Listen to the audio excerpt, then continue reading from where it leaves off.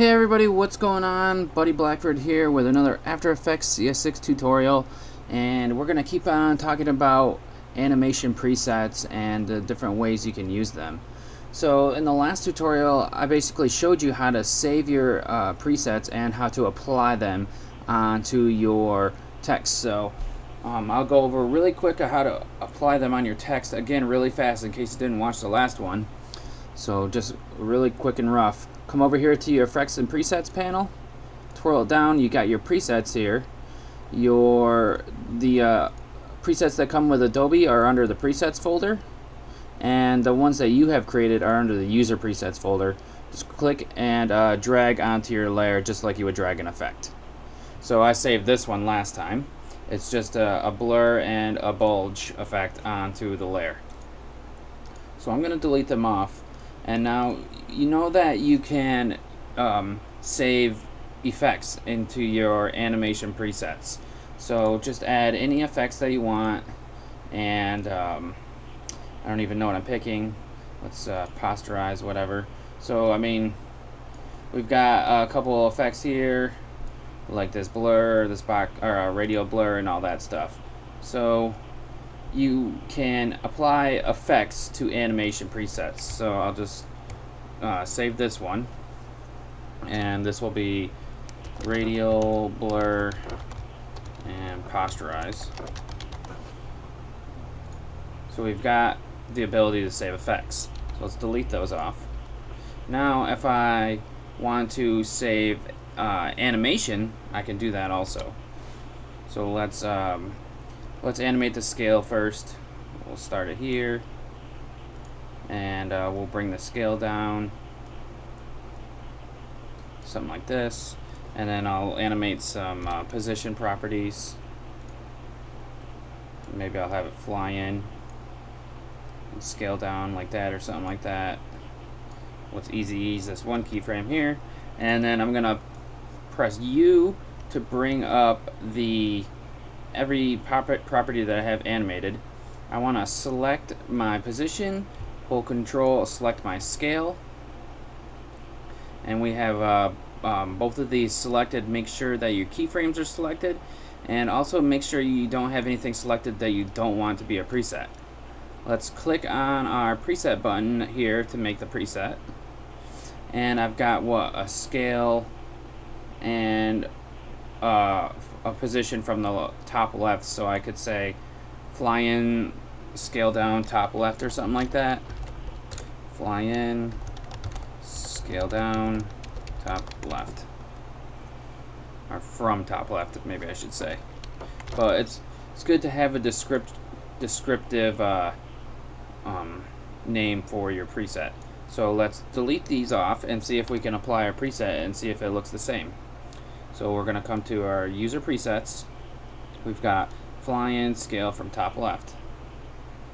Drag that on, and look at that, we've got it in here. It kept our easy ease keyframe in there that I created, and it keeps it on the exact time and seconds that you put it in there as. So if I move this back and I saved it earlier, then that's basically if I moved around the keyframes to like 5 seconds, it would have pasted the preset on at 5 seconds instead of at 3. So if you understand what that means. So now we know that we can save effects and we can save animation properties like the position and scale and all that stuff. So if I twirl down, and I've got our transformation properties here, any of these I can create an animation preset with. So let me take that off. I'm just going to delete these out so I don't have to worry about them later. Now, one thing when you're creating animation presets, say, I'll put those back on real quick. Say I put on an effect right now, and I just want it to be like some kind of distort effect, and I'll do ripple. And we'll just make it so that it does something.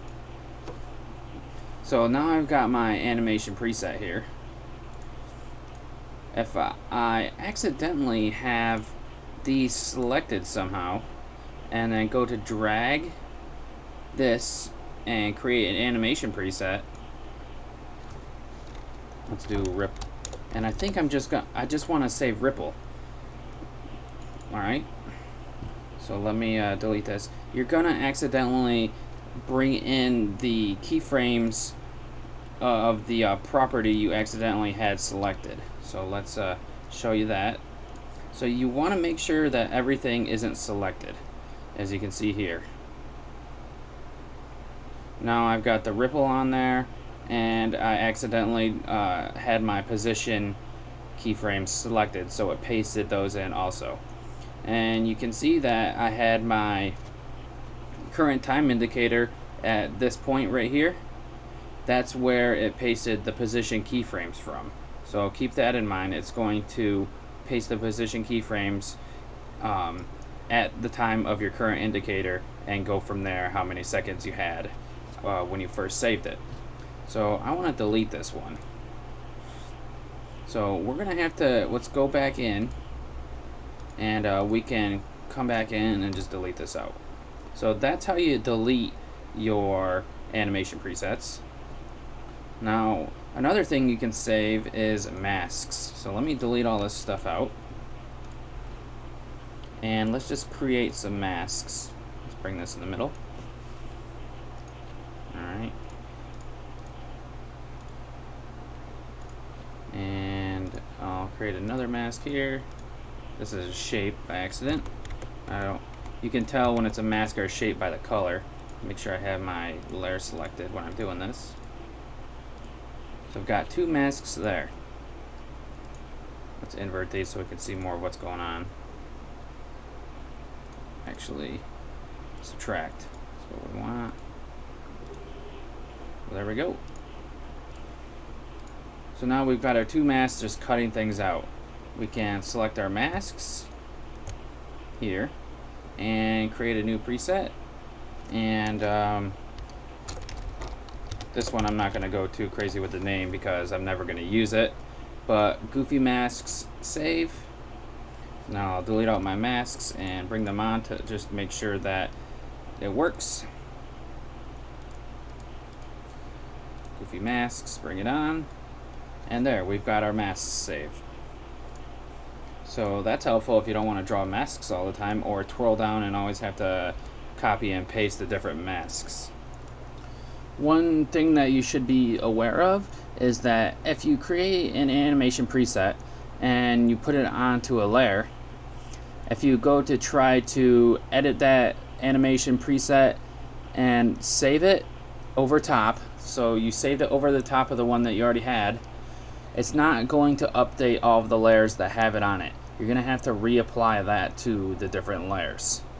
So that's just like a gotcha kind of thing, or something to keep in mind while you're doing this. And also, just like what I showed you when I accidentally selected those keyframes, make sure you hold Shift and press F12, I think it is. No, Shift and F2, and that will deselect all like the keyframes and stuff like that you had. So press Shift F2 and then go ahead and select your whatever you want to actually put into your animation preset. That'll deselect anything else so you don't bring anything in by accident. So those are, I don't know, those are a few tips and stuff like that about presets and the different things that you can use.